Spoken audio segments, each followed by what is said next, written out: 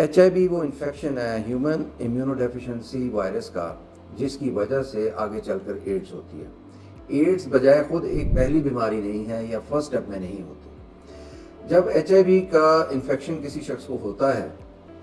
اس سے 3 سے 4 ہفتے کے بعد اس کو ایک نزلے یا زکام جیسی کیفیت کا سامنا ہوتا ہے۔ اس میں اس کے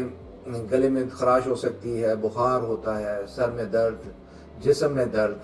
اس کے علاوہ رات کو پسینے آنے، تھکاوٹ اور کمزوری کا احساس۔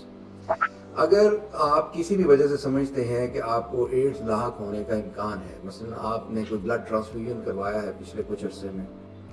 یا آپ کوئی ایسی سرنج آپ نے استعمال کی ہے جو کسی اور نے بھی پہلے استعمال کی ہو،